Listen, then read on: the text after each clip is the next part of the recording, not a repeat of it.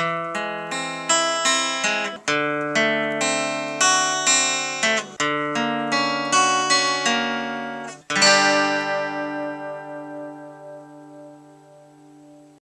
name is Nathan Lane. I'm running for state representative in the 29th district for the state of Ohio.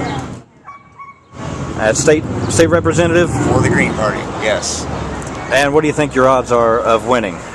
Slim to nil, but that's not going to necessarily deter me from trying to win. I believe my objective isn't so much to win via electoral votes as it is to get the message out there and get people aware about what the Green Party has to offer and lay the groundwork for future campaigns so that we can be successful at what I'm up against. You know, it's a Republican machine, it's a Republican establishment and royalty. They've got the district gerrymandered in such a way that they're guaranteed to win pretty much any candidate they decide to run. Plus, they're running a candidate who's got great name recognition and money. So my objective isn't necessarily to beat him, it's to beat his message and to get our message out there and to lay the work that's necessary for a larger run for, say, a county-wide candidate at some point in time. If I lay down the groundwork in the western half of the county in the small little state house race, next time somebody wants to run for the Green Party, for Congress, in the 1st Congressional District, well, I've already got a good base of people in that half of the district that I can touch base with and we can tie into to try to build support for that campaign in the future. My platform focuses on 3 key issues. They each stand on their own independently, but they're also interconnected.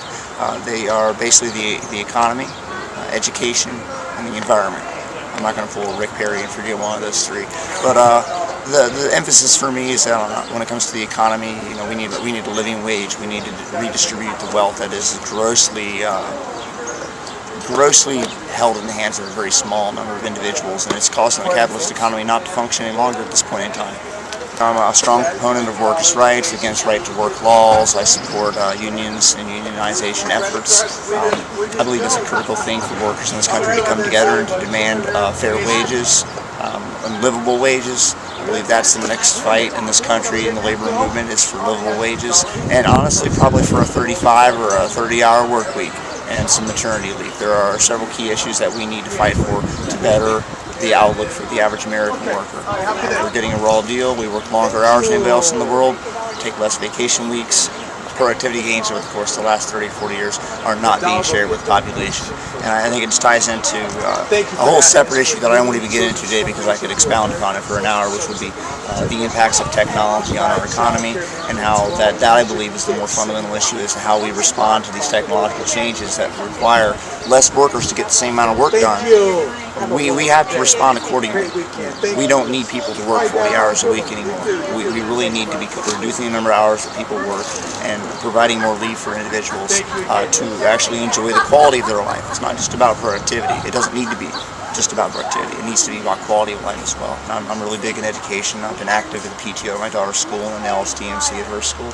I believe that education at all levels is absolutely key for our society.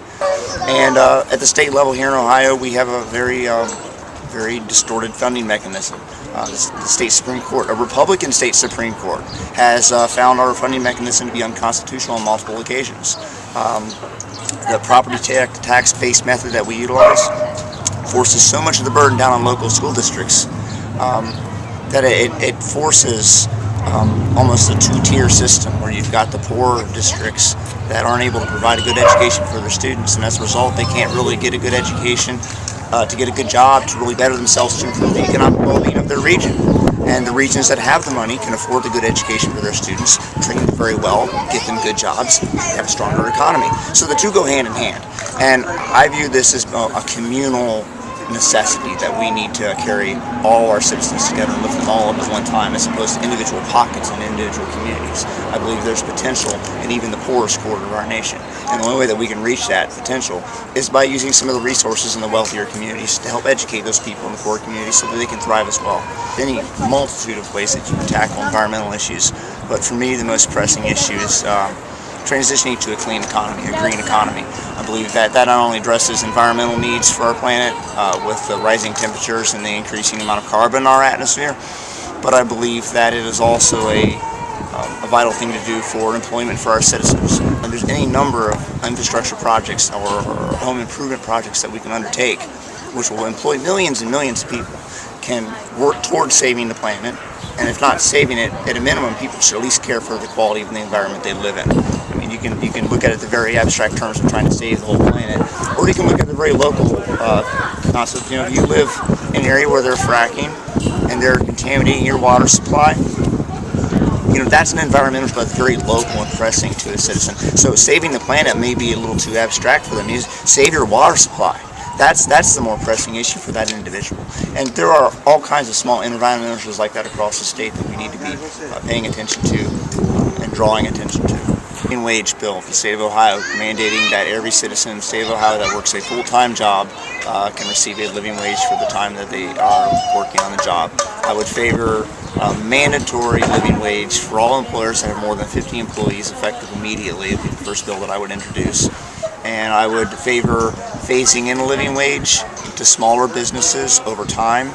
I believe that one of the ripple effects of a living wage economy, when you have the large employers that are mandated, and they've got the budgets to afford a living wage now, so they should have to do it right now. Second, those employees have that living wage.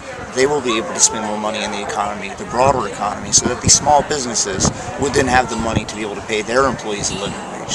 So that's why I believe that you would have to kind of phase that in over time so as not to put all the small employers out of business, because that's a very real concern for an employer. I try to, when I hire employees to assist me with my work, I'm an electrician by trade. I'm a small contractor here in the city, just trying to get myself going at this point.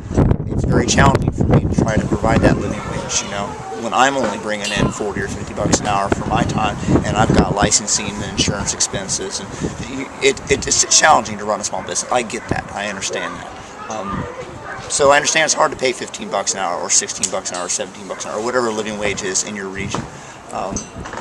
So I understand that maybe initially a small employer may be forced to pay that $11 or $12 an hour for a service industry job. But I think that with time, once the broader economy and the large employers, say the Walmarts of the world, are forced to truly compensate their employees fairly, I think that's going to have a ripple effect which will raise all boats in the long run. That'd be the first thing I would do. That's a long answer to your short, what would you do?